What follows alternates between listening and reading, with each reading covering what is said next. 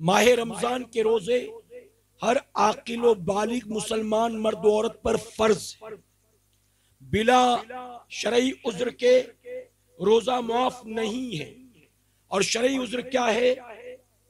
Sir में दर्द होना शरई उज्र नहीं, शेरी में आंख नहीं खुली तो शरई उज्र नहीं, आज गर्मी बहुत है ये शरई उज्र नहीं, कल मेरा पेट बहुत दुख रहा था ये शरई उज्र नहीं, आज भाग दौड़ बहुत ज्यादा करनी थी इसलिए रोजा नहीं रखा ये शरई उज्र नहीं। ये जो हम छोटी छोटी चीजों को अपने एतबार से उज्र बनाकर रोजा छोड़ देते हैं, तो सुने मेरे नबी ने फरमाया जिस किसी मुसलमान ने रमजान शरीफ का एक रोजा जानबूझकर छोड़ दिया या फिर तोड़ दिया तो पूरी जिंदगी का भी रोजा उस एक रोजे का कफारा नहीं हो सकता है। इसलिए मुसलमानों ये तय कर लो ना छोड़ना है ना तोड़ना है, बल्कि माह रमजान के सारे रोजे भी रखने हैं और हर रात 20 रकात तरावी भी पढ़नी है। औरत अगर हालत नापाकी में तो उस पर रोजा माफ है। जिन दिनों में उस पर नमाज माफ होती है उन दिनों में उस पर रोजा भी माफ।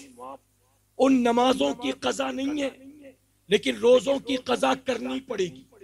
यानी उन नापाकी के दिनों में रोजा माफ, बाद में वो रमजान शरीफ के बाद वो रोजे रखेगी, ठीक है, उसकी कजा है।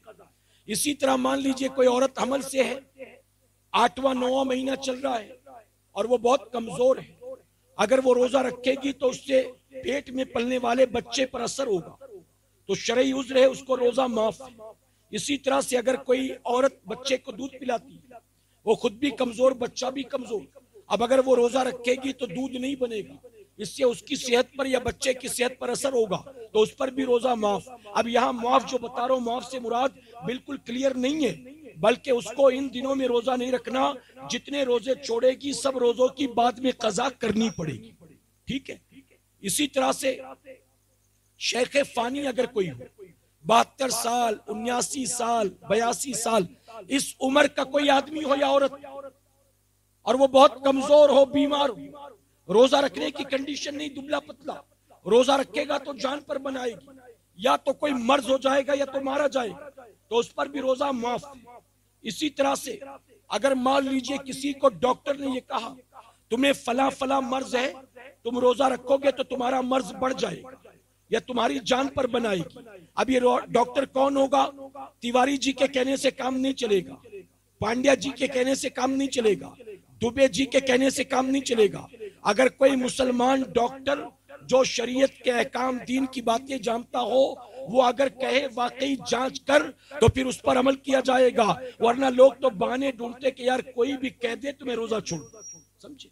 ऐसा नहीं, बहाने ढूंढ ढूंढ कर रोजा नहीं छोड़ना है, बल्कि रोजा रखने की कोशिश करेंगे। क्या इंशाअल्लाह मेरे प्यारे आका के प्यारे दीवानों, सर में दर्द हो तो रोजा माफ होगा जी? मैंने शुरू में बता दिया ना, अभी भी नहीं समझे आप?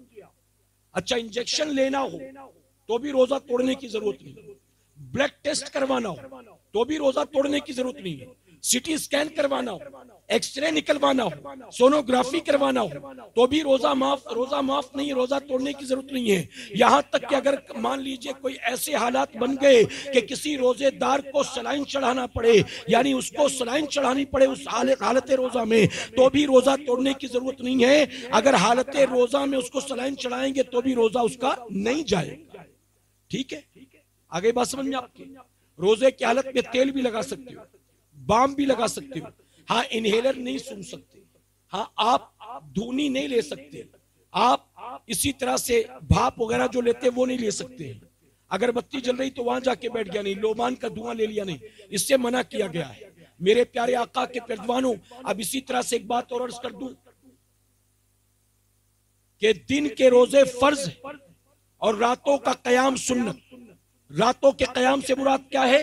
फरमाया गया कि हर रात माह रमजान में 20 रकात तरावी अदा करनी पड़ेगी, और ये 20 रकात तरावी का अदा करना सुन्नत मुअक्किदा, ठीक है? और जैसे ये सुन्नत मुअक्किदा है मर्दों के लिए, वैसे ही सुन्नत मुअक्किदा है औरतों के लिए भी। मर्दों के लिए जमात है, औरतों के लिए जमात नहीं। मर्द मस्जिद में आकर जमात के साथ पढ़ेगा औरतें घर में तन्हा तन्हा पढ़ेंगी। औरत को पूरा कुरान याद नहीं तो कैसे पढ़े?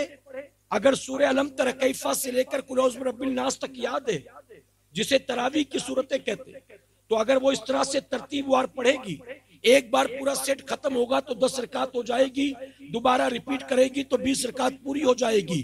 और अगर मान लीजिए किसी औरत को ये पूरी सूरह याद नहीं है, उसको सिर्फ 2-3 सूरह ही याद है, तो उन्हीं 2-3 को रिपीट कर करके वो 20 रकात पढ़ेगी। लेकिन जिन दिनों में औरत पर रोजा फर्ज है, उन रातों में 20 रकात तरावी पढ़ना उसके लिए भी सुन्नत है। मर्द की बात करें, औरतें अक्सर पढ़ती नहीं, वो समझती हम पे जुमा भी नहीं, ईद बकरा ईद भी नहीं, नमाज जनाजा भी नहीं, इसलिए तरावी भी नहीं। तरावी जबकि उनको पढ़ना है, ठीक है। इसी तरह अगर मर्द शुरू से आखिर तक एक मस्जिद में तरावी पढ़े तो फायदा यह होगा कि साल में एक बार पूरा कुरान सुनने का सवाब मिल जाएगा। और अगर मान लीजिए उसका काम ऐसा है कि एक ही मस्जिद में रोजाना वक्त पर नहीं पहुंच सकता, 2 दिन यहाँ पढ़ लिया, 2 दिन वहां पढ़ लिया, 3 दिन वहां पढ़ लिया, कोई बात नहीं। अगर अलग अलग मस्जिदों में भी जाकर 20 रकात तरावी पढ़ता है तो भी उसकी तरावी अदा हो जाएगी। बस ये ख्याल रखे कि जहां जाकर पढ़ता है वो पढ़ाने वाला सुन्नी होना चाहिए, समझे? वरना ये तो अब तरावी में भी डिस्काउंट ऑफर चल रहा है। बाज लोगों ने 20 का ऑफर निकाला है, 8 में ही हो जाती है। सुन्नी के यहाँ जाओगे 20 पढ़ना पड़ेगा, हमारे यहाँ लूट सेल मची है, 8 में तुम्हारी पूरी तरावी हो जाएगी। तो अपने को वहां नहीं जाना।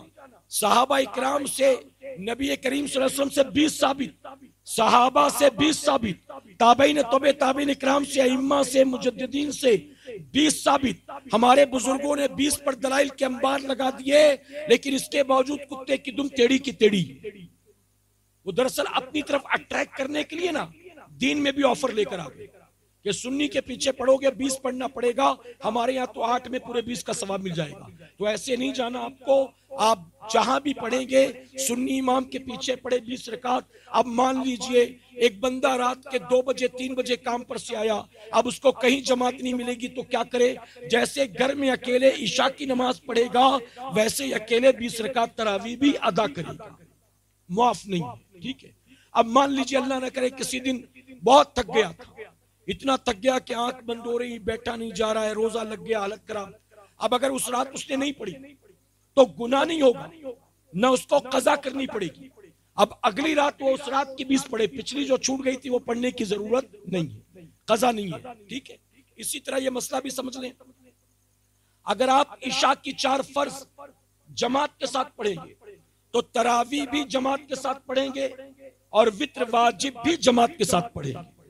अगर इशा की 4 फर्ज आपने जमात के साथ नहीं पढ़ी, मस्जिद में आए तो तरावी की जमात खड़ी थी, इशा की जमात नहीं मिली, तो अब ऐसे में तरावी तो जमात के साथ पढ़ सकता है, लेकिन अब वित्र जमात के साथ नहीं पढ़ेगा।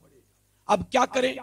मस्जिद में आए तो पहले 4 इशा की फर्ज पढ़े, फिर 2 सुन्नत पढ़े, उसके बाद तरावी में शरीक हो जाए, फिर तरावी की 6-8 जितनी भी छुट्टी है, बाद में जब तरावी की नमाज हो जाए वो लोग वित्र पढ़ने लगे, आप छूटी हुई तरावी की रकात पढ़ो और पढ़ने के बाद फिर वित्र भी अपनी अकेले पढ़ लो, ठीक है।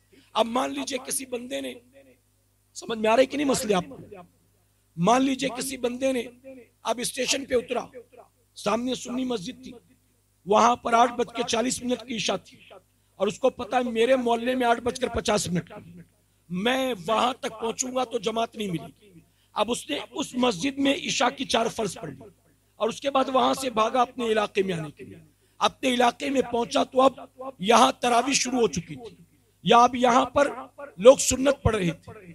अब वो चूंकि वहां से 4 फर्ज बजमात पढ़ के आया है, इस मस्जिद में आकर भले ही वो तरावी पढ़े, अब यहाँ भी वित्र वो जमात से पढ़ सकता है। क्यों? क्योंकि वहां उसने इशा जमात से पढ़ी थी। इमाम भले बदल जाए, जमात अगर मिल गई तो फिर उसको वित्र भी जमात के साथ पढ़नी, ठीक है। मेरे प्यारे आका के परवानों, ये मैंने कुछ आपको फजाइल और कुछ मसाइल आपको बता दिए। अब एक मसला और जहन में आया तो बता दूं आपको। शुरू में ऐसा होता है, पहले दूसरे तीसरे रमजान शरीफ में, 8वें 10वें 20वें में नहीं होता, शुरू में होता है कि गलती से कुछ खा लिया, गलती से पी लिया।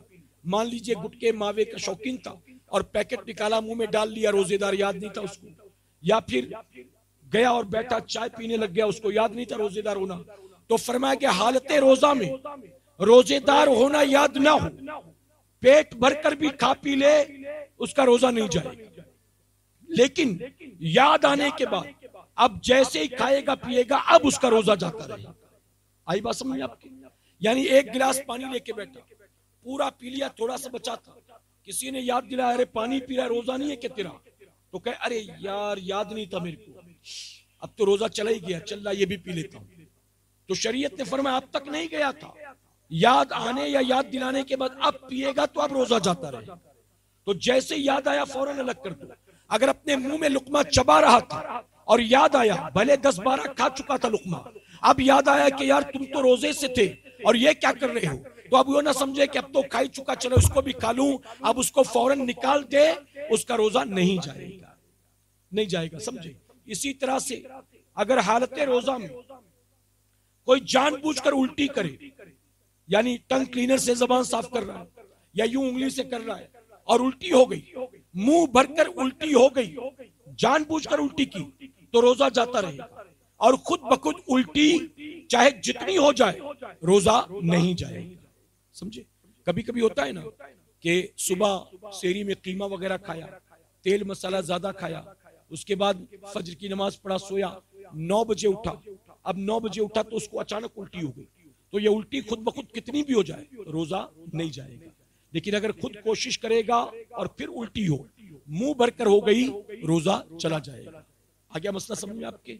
अल्लाह अपने हबीब पाक के सदक़े हमें खैर वाफियत के साथ माह रमजान मुबारक अता करे और माह रमजान की बरकतों से मेरा करीम हमें और आपको माला माल फरमाए।